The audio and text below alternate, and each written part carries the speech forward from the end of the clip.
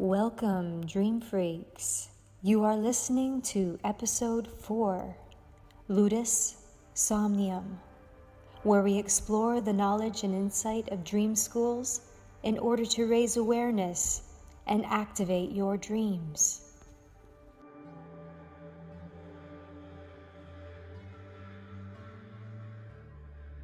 I'm Alejandro Salinas, and I'm a dream guide, massage therapist, and yoga teacher here in Chicago. My name is Tree Carr, and I'm a dreaming guide, a death doula, an author, and a tarot reader in London. My name is Jennifer Claroscura, and I am a dream guide specializing in dream interpretation in New York.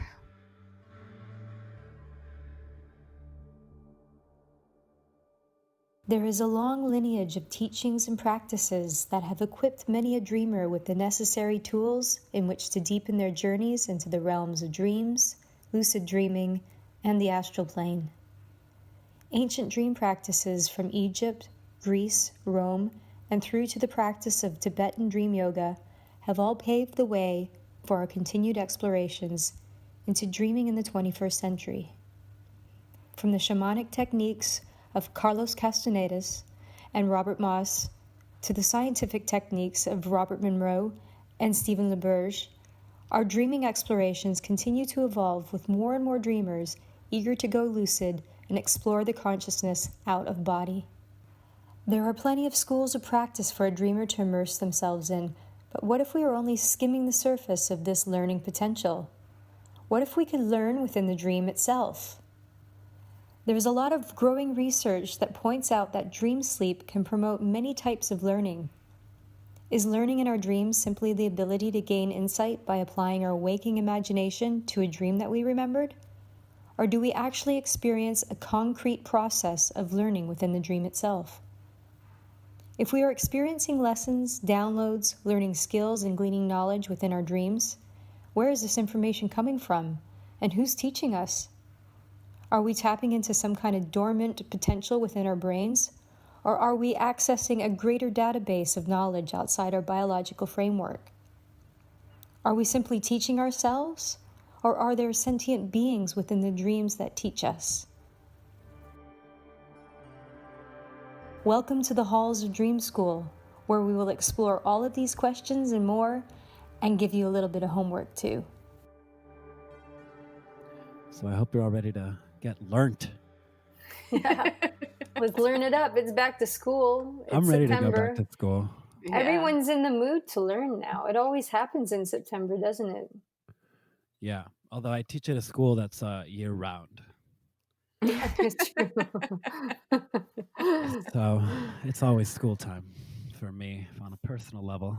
I guess Jenny and I we don't even use the word teacher, do we? We use the word guides. Mhm. I always find it a bit weird to use the word teacher. I feel kind of like I feel funny about using that word for myself for some reason. I've used the word mentor because in the past besides guide, but teacher, I guess I wasn't yet in that state of mind since I'm always learning in my dreams. I always felt more of a student, but at the same time, I think lately in the last couple of years, my guides in my dreams and astral have basically pushed me a little bit to step up into what we consider teaching roles in my own perspective, like to view myself a little more as a teacher. It's almost like fly. you know, I'm too comfortable in the student role, I guess. And I need to step up a little more and begin teaching a little more. That's been my prompt lately. I think the best teachers are lifelong students. You know, like you become a It's true. teacher in order to continue your studies. Mm-hmm. And that's something I've noticed a lot teaching massage, that I'm asked to deepen my studies. Like I initially started that journey because I wanted to be a teaching assistant and like go through that program again. Mm. And there's a saying, I forget who says it, but they say that the master or maybe the teacher is one who has failed more times than the student has tried. Mm, totally. And I think too, I think you get stagnant if you think you have nothing left to learn. You don't push yourself to like, no. There's like always better. And we learn while we teach also. Absolutely. I always feel like I learn from other people, and even when I do dreaming workshops or retreats, I'm learning from those who attend. Yeah, it's great to have that openness. It works with how I feel like the universe works, because the universe is always evolving, and it is like the scientific nature of the universe, change and evolution. So Mm-hmm. it feels like the process and the journey of learning is that way too. So being reductionist and stuck, like, no, these are the facts, and or these are my ideas, and I'm not really going to budge from these ideas, can kind of work against us sometimes. It's always good to keep it open for possibility and wonderment. Do you know about the Dunning-Kruger effect? No. No.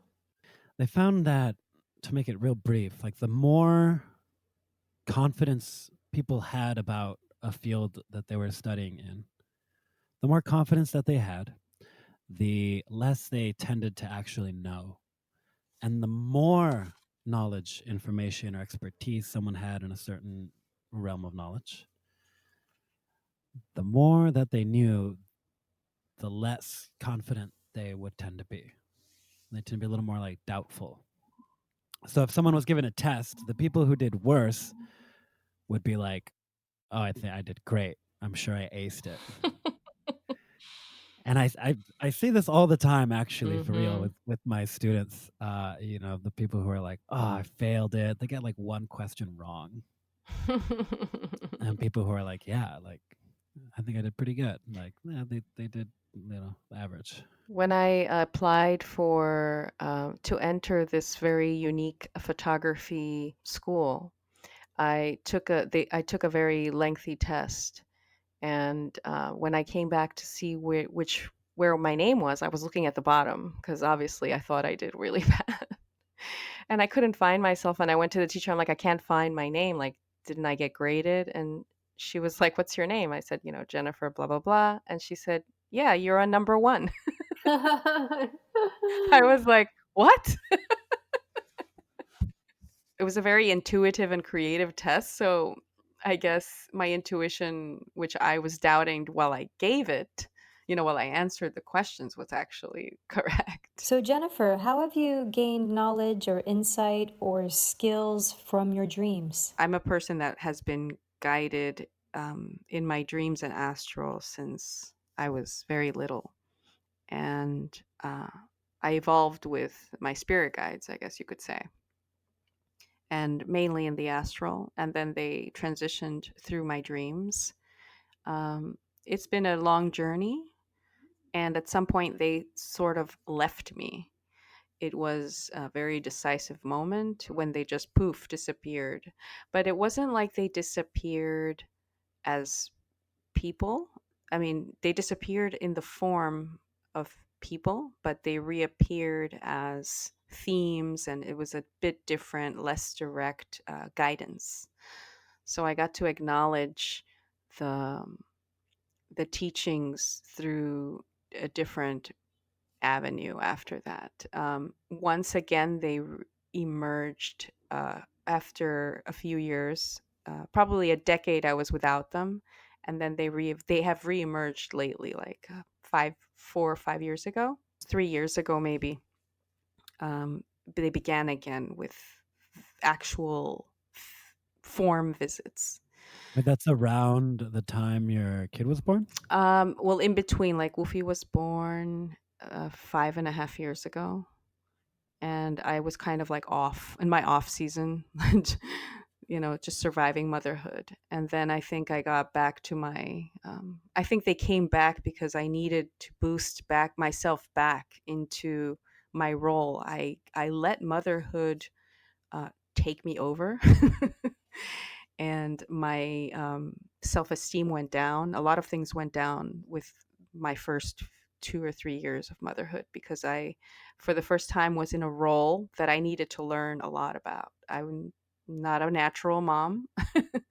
And that was something that I had to learn how to navigate and get my self esteem back as a woman, as a mother, as a wife, and with all the sleeplessness that happens. So that's also been a learning curve for me. And I think they came during that time because I went low. In your dreams, your dream teachers are spirit guides? They're spirit guides, and also I've noticed that they have traversed. There's a fine line between where dream and astral meet, in my experience, and the other side.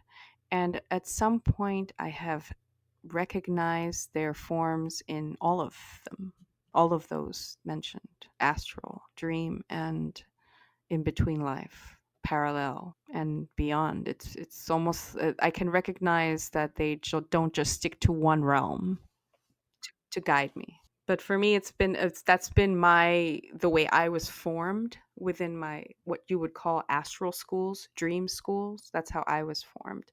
It was always on the other side. For me, the challenge was to navigate that here as a person in this world. That was my challenge, is to become a human being, so to speak. I was very naturally, swimming the ethers with guides and teachers, but here I had a really hard time bridging those teachings, applying them into the waking world. And that became my focus because I was too one sided, so to speak. With teachers in the dream realms, it would seem like a lot of people connect with either spirit guides, or some people connect with gods or ascended masters, animals. Ale, what do you feel has been your dream teachers in the dream realms? My dream teachers in the dream realms, they're never like consistent. I guess they come in like various shapes and forms.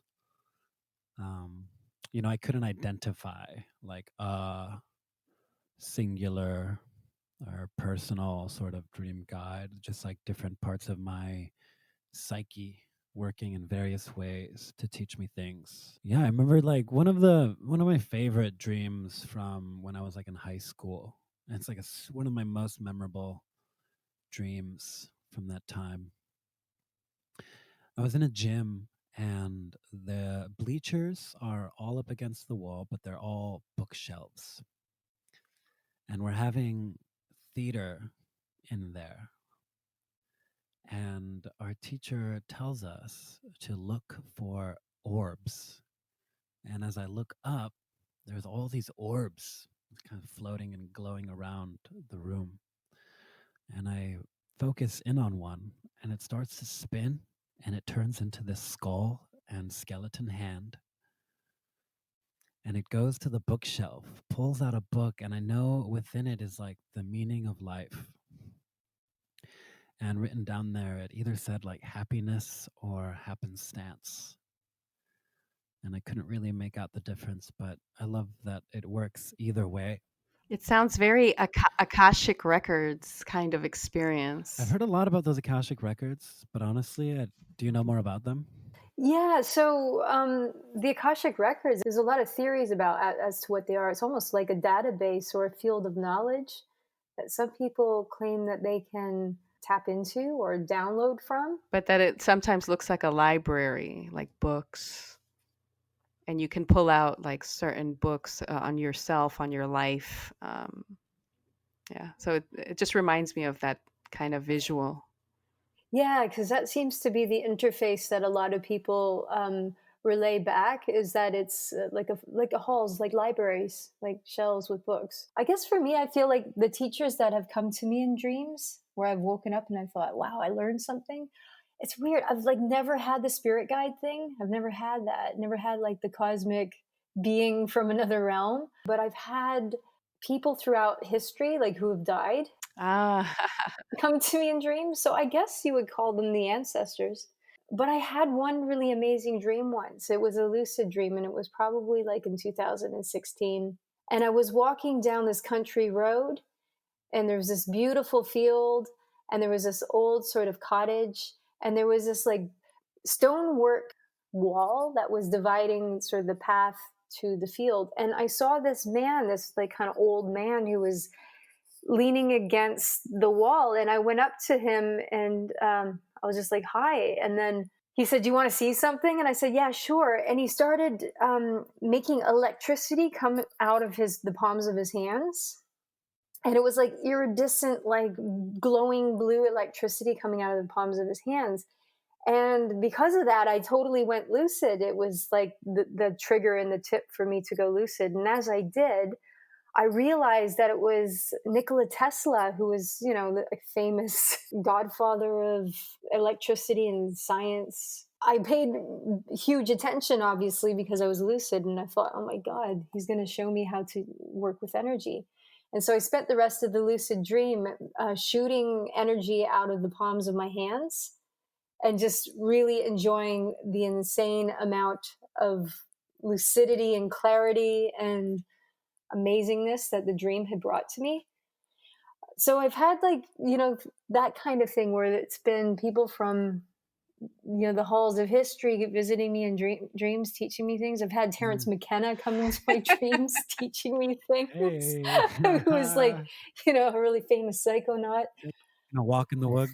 Yeah, I've had my grandmother come in the dream teach me things. And it's interesting because what they're teaching me is a lot of it has to do with connection and energy, and how to use the energy of within our framework, but not just within the dream realms, but also how to bridge that through and into the waking realms too. Now, I haven't been shooting electricity out of the palms of my hands walking down the street in London, but I am very aware that we are beings of energy, and I do kind of imagine sending energy out because of the things that I've learned from the dream realms. So where do you guys think that we get this? Where does this knowledge come from? I know we touched on the Akashic records and the universal field of knowledge. I feel like it comes from well, there's something to be said about lineage. I feel like we're born with certain gifts or a path that unfolds naturally within us, and we just have to find it and search for it here. And for me, I feel like I had a lot of connections with ancient Egypt my whole life. And I think Tree, you too, and a lot of people that I know, there's something I always just felt drawn toward it. And my dreams with I guess who you would call gods of ancient Egypt have always been very prominent. Imhotep, Thoth, Nefertiti, uh, and I feel like it has to do with your life before you're. That's my view. Your life before you're born, or at least the many lives that you've accumulated with the knowledge that you've accumulated, and it just continues on in dreams and even in waking reality. Whatever you're drawn to in waking reality, what kind of books and mysteries that call your attention are all little hints of the knowledge that you came here to pursue or something. Do your guides come in other forms than Egyptian gods? The ones you can Yes. recognize, and what are they? And have you talked to them about where they come from? Yes, I've had my guides used to there's an older woman kind of guide that she's been with me since astral beginnings. She comes through always wearing a sort of uh, like I guess you could say like Chinese tradition kung fu-ish clothes. That's her thing.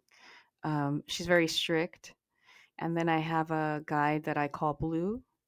He is very stoic, almost like he doesn't speak any language. He's just a presence, never speaks, just the eyes and he comes in certain moments, and he's who I would consider my main guide. Um, and then there's a council that recurs within my dreams Council. that dream councils always sort of reviewing my status or my improvements, evolution or devolutions. And yeah, so I feel like I was born with a little bit of uh, the awareness of this, because I feel like uh, I came into this life with a little bit of past life uh, awareness, not like full blown awareness, because obviously I wouldn't be able to pinpoint where they're from. And I don't think to ask them that either. It's strange. I'm there and I'm there, I don't question it when I'm there. Maybe that can be your homework. Mm-hmm. And now I'm curious. So, folks, what are your views on these sort of dream characters, these teachers that appear in our dreams that seem to give us some sort of insight, guidance, or some knowledge, perhaps some skills?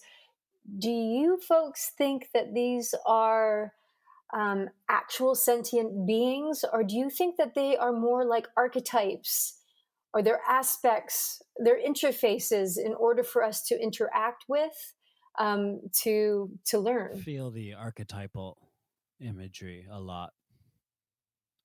Um, of someone we admire for reasons, they have a certain kind of quality that we wish to have.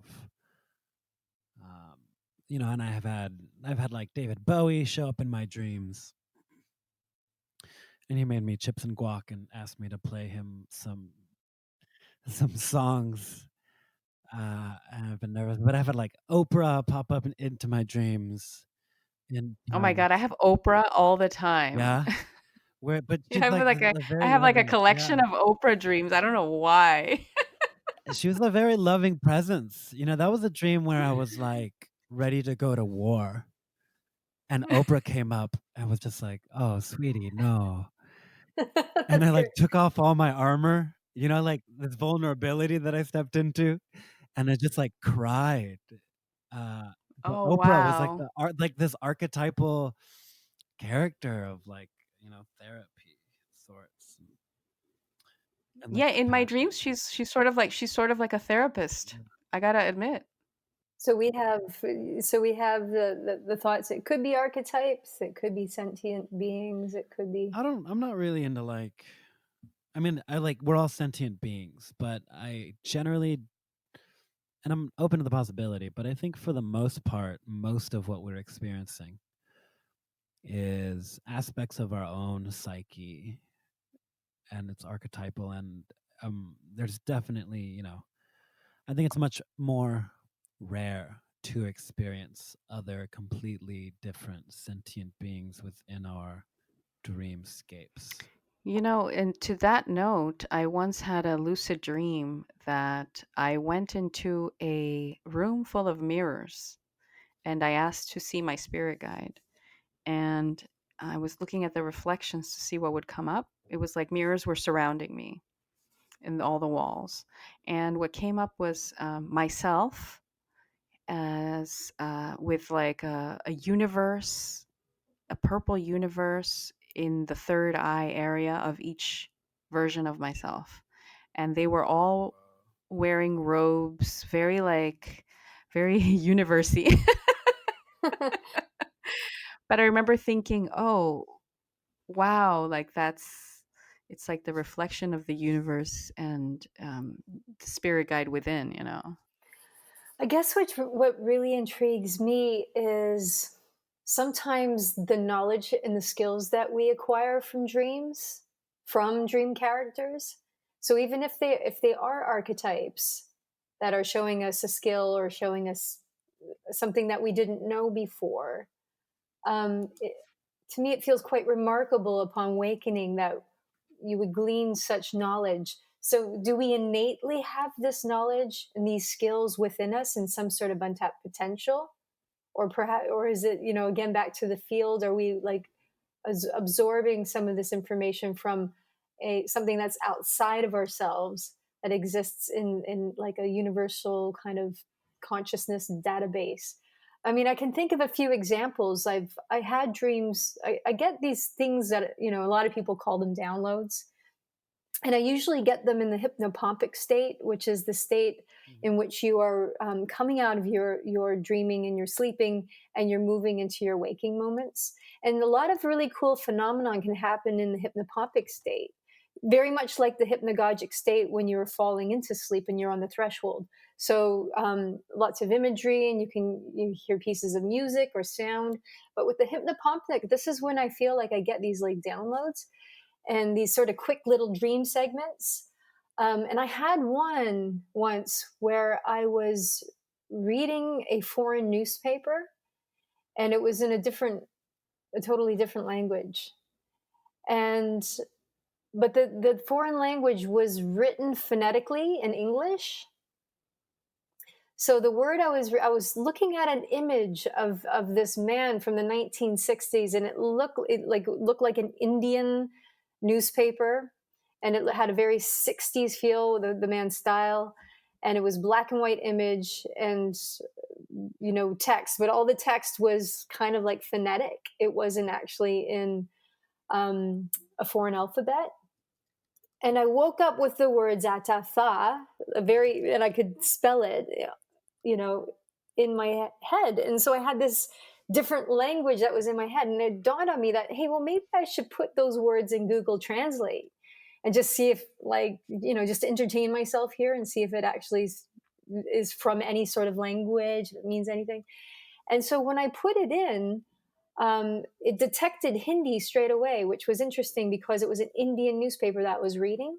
Mm. And I hit the translate button to have it translated in English, and the translation was, "This is now." And I thought that's really fun. I was like, I want to have more downloads like that. But that kind of got me thinking, like, how what are the likelihoods of me knowing, you know there was an association with Indian and Hindi language, and I phonetically got a word. And I know, Jennifer, you've had things like this happen too with language. Is this language coming from something? Is it pure coincidence, or is it something innately within us, an ability within us? I don't know. I've never studied Hindi before. Or is it something that I've tapped into, that's something greater, or it's part of the universal field in some kind of way? I feel like language in a dream, it's confusing because it can be our minds forming sense out of not no sense. But I, like you, have looked up words and they actually mean things in relation to what I was Mm. dreaming. So that made me uh, doubt that it was just my Yeah. head and that it was actually tapping into the language in some way that's stored. Our unconscious, the unconscious is vast. Mm. And so is our subconscious. It captures things that maybe our conscious mind doesn't. So things that maybe in fifth grade I studied a little bit of Mm. French, but I didn't register it, but maybe my subconscious totally did. Yeah, yeah. So it taps into it. Well, even the name of this episode, Ludus Somnium, this came from a dream that I had not too long ago about a friend of mine. And in the dream, he had a new backpack, and he was designing these backpacks, and they were just black backpacks. But on the back, it was really big. It said Ludus on the back. And it was, this dream really was quite vivid. I woke up going, what is that word? And again, I put it into Google Translate, and this word is Latin, and it came up as the Latin word for like a training ground, like a school. And there was a lot of, there was gladiator schools back in ancient times, and they used the word ludus. And I thought it was interesting because he had it on his backpack, which is like, Mm. you go to school to learn with a backpack, and it just said ludus. It was just, it really struck a chord with me. And just think, well, where do these things come from? So yeah, a big inspiration for the name of this episode, obviously, Ludus Somnium, which means dreams. Hmm. So yeah, the training grounds of dreams. The dream and sleep schools were something that we really looked into when I was studying hypnosis a few years ago in California. And that was a interesting thing to, for me at least, it began my curiosity as to the healing that can occur in these dream and sleep temples. And because hypnosis, the way I studied it, was for healing or for diving into your dreams. And but they were looked in ancient Egypt and in ancient Greece. They were looked. People would go there in order to learn about their illnesses and to find a cure.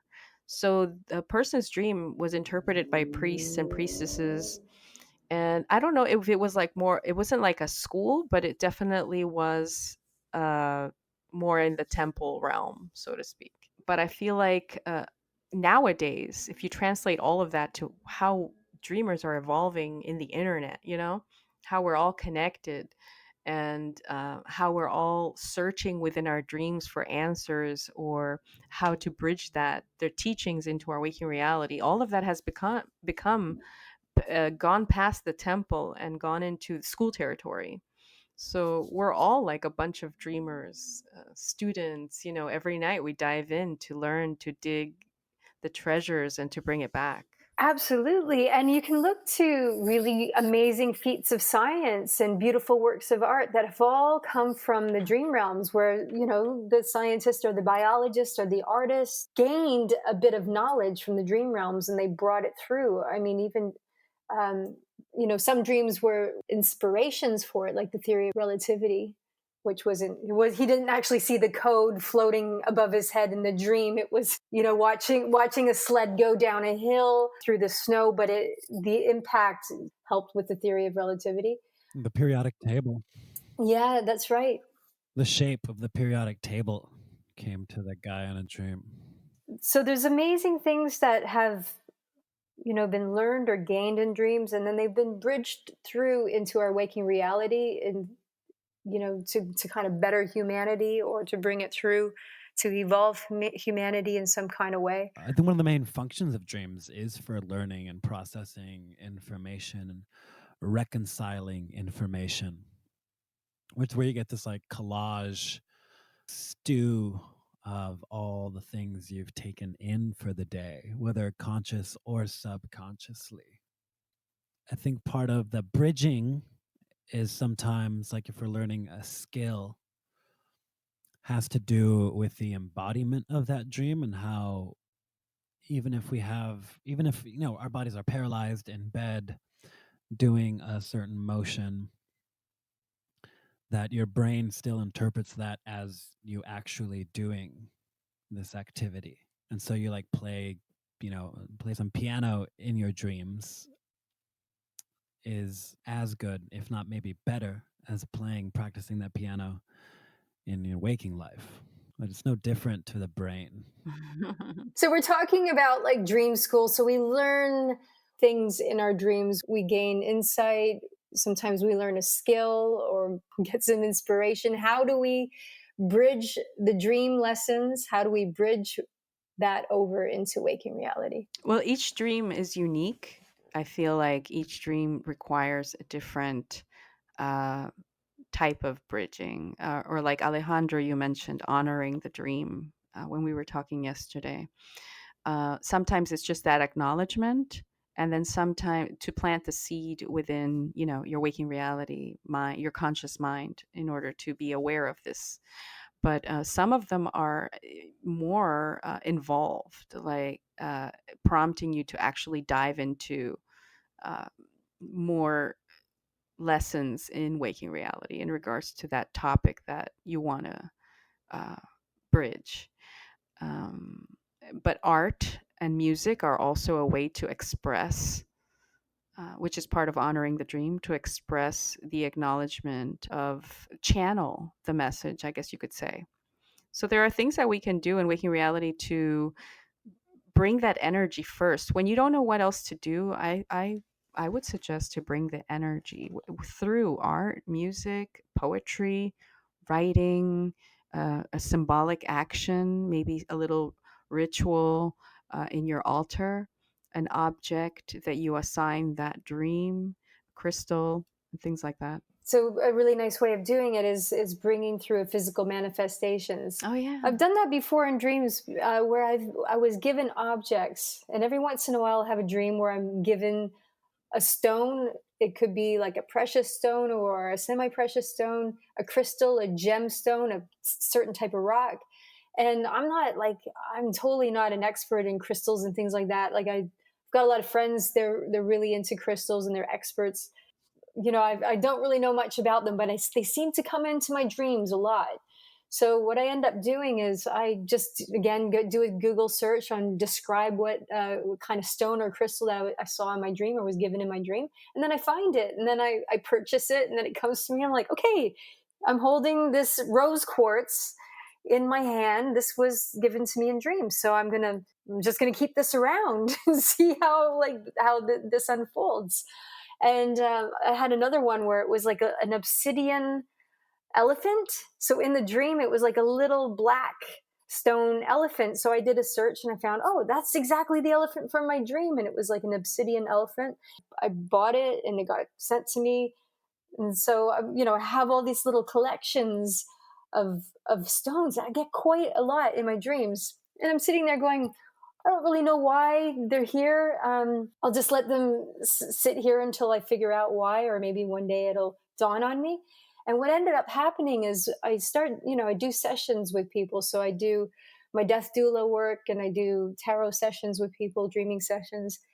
And it's interesting because on a few occasions with sessions, all of a sudden the rose quartz would come to mind, or the snowflake obsidian stone would come to mind. These stones that I've gotten from dreams, and this really strong kind of voice inside telling me, "Give that stone to that person that you're guiding right now. They really need it." Mm. And then I end up just passing it on. So what I've learned is this interesting process of these stones from dreams coming into my waking reality are going to people that I'm helping, and then I get messages from them a week later like, this stone's really grounding me and it's helping me so much. Just cool stuff like that. When you dream bridge, it's for a reason, and it might not be very clear straight away, but be patient because this stuff unfolds and it evolves. So if you're sitting there with a few objects or a few ideas that are from dreams, and you're kind of like, what does this mean? And the meaning might come later. Sometimes it can come a decade later. Yeah, I feel like the initiative has to come from us a lot of the time. It's not like I'm waiting here saying, "Oh, I wish my spirit guide would manifest," or a spirit guide, not as an entity, but like guidance within dreams. And I feel like often, if we initiate also before, even before the dream, grab an object, a crystal, anything, a feather. A necklace, something, an heirloom, anything that you have a strong can have a strong connection with in your subconscious that your Mm. subconscious will remember. And you say that you can also say that when you see that in a dream, you will be in the presence of a guide, or guidance is will be present at that moment. So you're Mm. assigning a task in waking reality for it to bridge into the dream. So it can also be the other way around, which I've also played around with as well. Like a totem. Exactly. Recently, well, not recently, maybe like a year ago, I bought 2 bags of blue calcite crystals. And these crystals have appeared in my dream a few times. And this rainbow sort of being came out of it, feminine. She showed me universes. And then recently, I was having a really hard time at work, a work that I left recently as well. And in my dream, I had actually left the crystal at work to cleanse the space. So when I was in my dream, a guide came out of it, and he told me to remember what I was. And he mentioned that I come from the crystal realm. And he also asked me in another dream, same night, different hour, he came back and said, "Do you ever traverse the crystal realm?" And I remember thinking, why is he here again? There's something to this. And I said, "Do you know me? Do I know you? Do you know me?" And he said, I did. And I remember I woke up from that, but I felt empowered to remember who I was, because every time he would say the crystal realm, I could see and feel it, Mm. like like energy, like high energy, really high vibrational energy. And it helped me to make some decisions in and change my fate, so to speak. That's amazing. Mhm. The crystal teacher. Yeah, and that is a first for me in these, like, usually I'm like tree, I'm not like a huge crystal freak. I love crystals, but I don't have that many. I have like a handful that I love, and that's about it. And these were the ones that I had bought for a workshop that never occurred, and to give away. What I've done is I've actually given them away slowly, but I kept a few for myself, and they're quite special, really. I put them next to my time. I put them next to my night Mm. table, and it really does do something to me, soothing dreams and guidance. Did y'all hear about those like crystal Oh skulls? boy, yeah.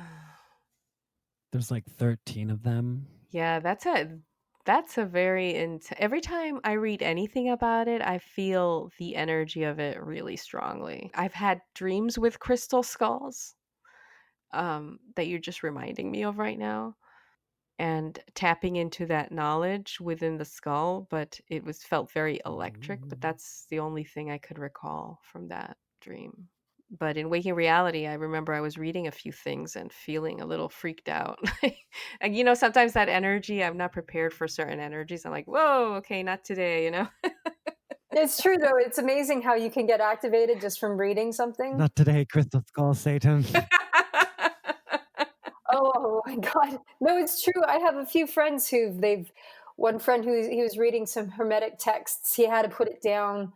It was really like completely activating him and freaking him out. Another friend was reading the Halls of Amenti and had to put that down because it was really freaking his shit out too.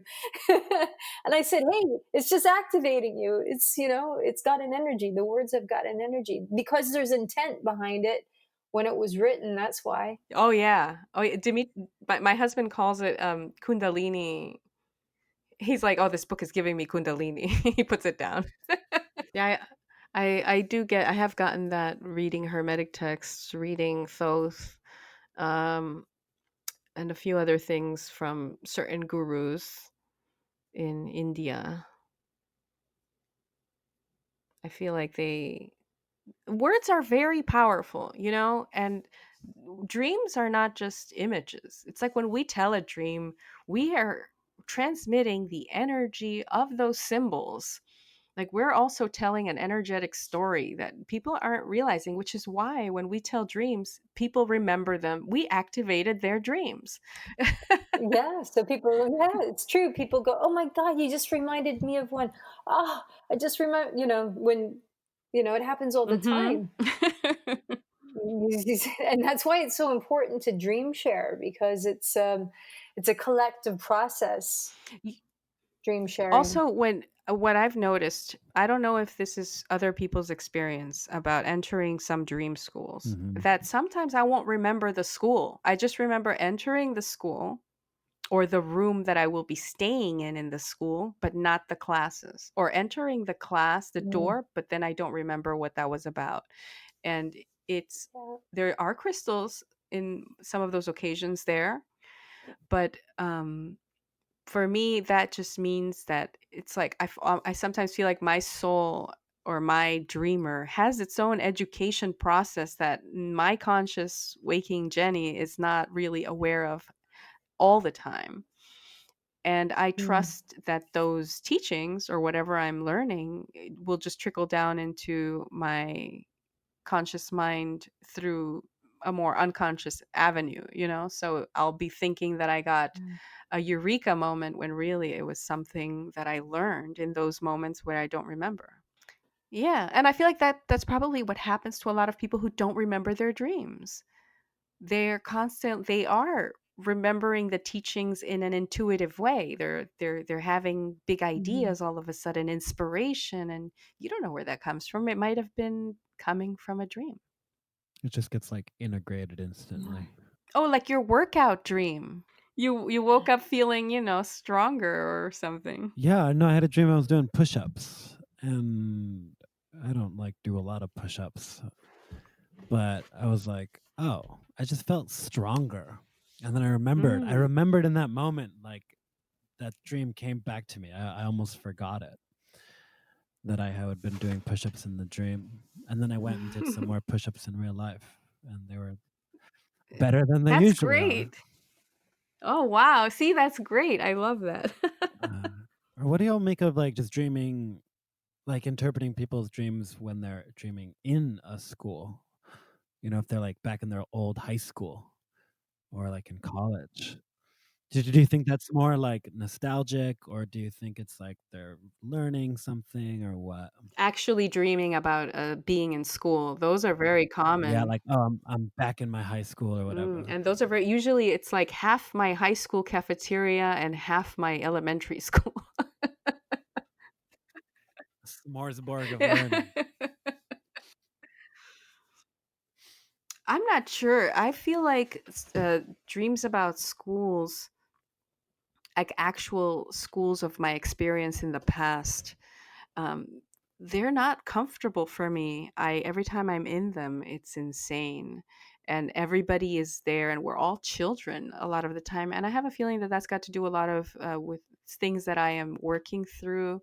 I was a very awkward kid, so whenever I'm in a situation where I'm feeling awkward, I might have a school dream because I identify my school from my childhood as a very awkward place, not comfortable, not in my realm, not in my I don't know, what do you call it? I'm forgetting language. That's okay. Your dreams will teach you a new one. Not in my energy sauce.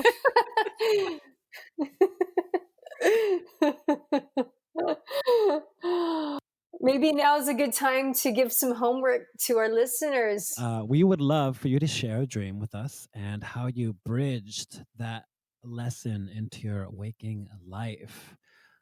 So if you write a poem, you can share that poem. If you draw a picture, you can share that picture with us. Whatever it is, in whatever kind of media, share it on social medias, on Instagram, Facebook, or Twitter. Tag us at the Dream Freaks and use hashtag Dream Freak School. And we'll be on the lookout and we'll be sharing anything y'all have to show us. We'd love to see it. We'll put it on our digital fridge. Yeah, and we'll give you all gold stars. In your third eyes, in your third. Right in the third eye. And I usually have follow-up dreams about the episodes that we record, as well as coincidences around recording the episodes. So I'm curious as to how this dream school where it's gonna get into me subconscious. I don't know about y'all, but I want like some dream graduation now. Ooh, that's an interesting thing that you've mentioned. I have had a lot of graduations through the years. Like the councils and the graduations are kind of something that follow me also. And I feel like it's good. Maybe it doesn't come to everybody in that form, but for me, it's always been important because I usually don't notice my own evolution, and these graduations, they surprise me every time they happen. But I wake up and it allows me to review my progress and my work. So it's been symbolic in a good way for me to have these graduation dreams. How about being failed or demoted? I've had those too. The ego has no place in the dream realms. No place. You do not. I've learned not to judge a dreamer by their waking life persona.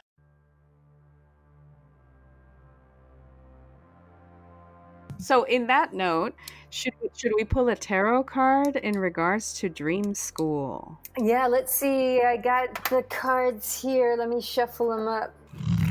Yeah, I feel like I'm in a casino right now. The casino. Okay, let's find a card for Dream School for September, for guidance for our learning selves. I've got the Six of Swords. Six of Swords. So the swords are really good because we're talking about school, back to school. We're talking about dream school, learning things in the realms of knowledge and the realms of the mind. The swords are the realms of the mind. So there's a lot of that symbolism with the swords. The Six of Swords is all about transition, like a rite of passage. It might be an uncomfortable rite of passage, one that's a bit regretful, maybe. But nonetheless, there's a lot of learning to be had with the Six of Swords, even if it feels uncomfortable and not very fun. A lot of lessons are hard, and a lot of lessons involve change. And a lot of us don't like change. We don't like change so much. And the one thing that we know about the universe is that it's consistent with its changing. So it's best to just flow with the universe, because if you're going to start resisting it, it's going to be feeling a lot more shit. And it's not going to feel like a really great rite of passage. But another big theme with the Six of Swords is that there's a lot of releasing of baggage when going through this rite of passage. So that's a real plus when it comes to that. It's all, so transition, change, moving forwards, moving forward into the unknown, but just trusting with the flow. From turbulent waters into more tranquil waters, but the unknown is still there. So yeah, it's almost like hang in there. Yeah, because you'll become a better person as a result, and you'll gain a lot more insight and knowledge as a result. So on the card, on the Six of Swords, you've got a character who's rowing to, it's like a mother and a child rowing them to across the ocean or across the sea or across the lake. The sixes, they're ruled by the Lovers card, so there's a lot of balance and harmony with the sixes. So even though this looks like a very morose card, it's got a really great message with the sixes of harmony and balance. So even through this rite of passage and this releasing of baggage and this transition and change, there's going to be a lot of balance and harmony on the other side of that ocean, of that crossing. So I find it's a very positive card. I was gonna say that the woman's head is covered, and that is also for me symbolic of not yet revealing yourself, or not yet emerging, so to speak. You're in a transition for sure. It is. We just came out of the autumn equinox, which has huge messages. The body language of the woman, there's a lot of, containment in getting through the journey. But you notice she's not looking back, and that's the key. Her focus and her gaze is set forward to look towards the future, never go back, never. What you had before you no longer need, it's no longer serving you. Instead, take this opportunity of change and just focus on what's coming up next. Good balance and lots of knowledge, lots of insight to be gained through the journey. Mm. It's strange. This card, it has a mixed feelings kind of thing, but it's always about the long journey, what's ahead. So for whoever is resonating with this card, I feel like it's a good card. It reminds me of fall, Hmm. the leaves shed that sort of baggage and things fall away and then get like sucked by the earth and then frozen over so that you can renew a cycle. Very seasonal card as well. Also, the water can be symbolic of our unconscious. So it's okay to head into the realm of dreams, and begin to have a relationship with your unconscious, and that's going to teach you a lot about yourself, a lot of things that are hidden, a lot of things you don't know, and some things will be scary and some will be lovely, but find a community, reach out to us. If you're headed into the dream school realm, there's a lot of things that can come up, and we are all out there to help one another. So you're not alone. You've been listening to The Dream Freaks. You can find us and follow us on Instagram, Facebook, YouTube, Twitter, and help us produce future episodes by funding us through Patreon. We got a lot of fun stuff, behind the scenes content. We will be posting our brainstorming session about this episode. So, how we come up with the content, a little bit about how we form the ideas, and yeah, check it out. Feel free to submit your dreams for interpretation or submit questions relating to the realms of dreaming, and we'll bring those into future episodes. So subscribe, give us all the ratings, and share us, tag us, spread the word for us. We love all of that. We love you for it. Thank you to all our fans who've been listening and being real dedicated so far. And now it's time to slip into the liminal threshold between wakefulness and sleep and say goodnight or good day, wherever it is that you are currently. And thank you for joining us.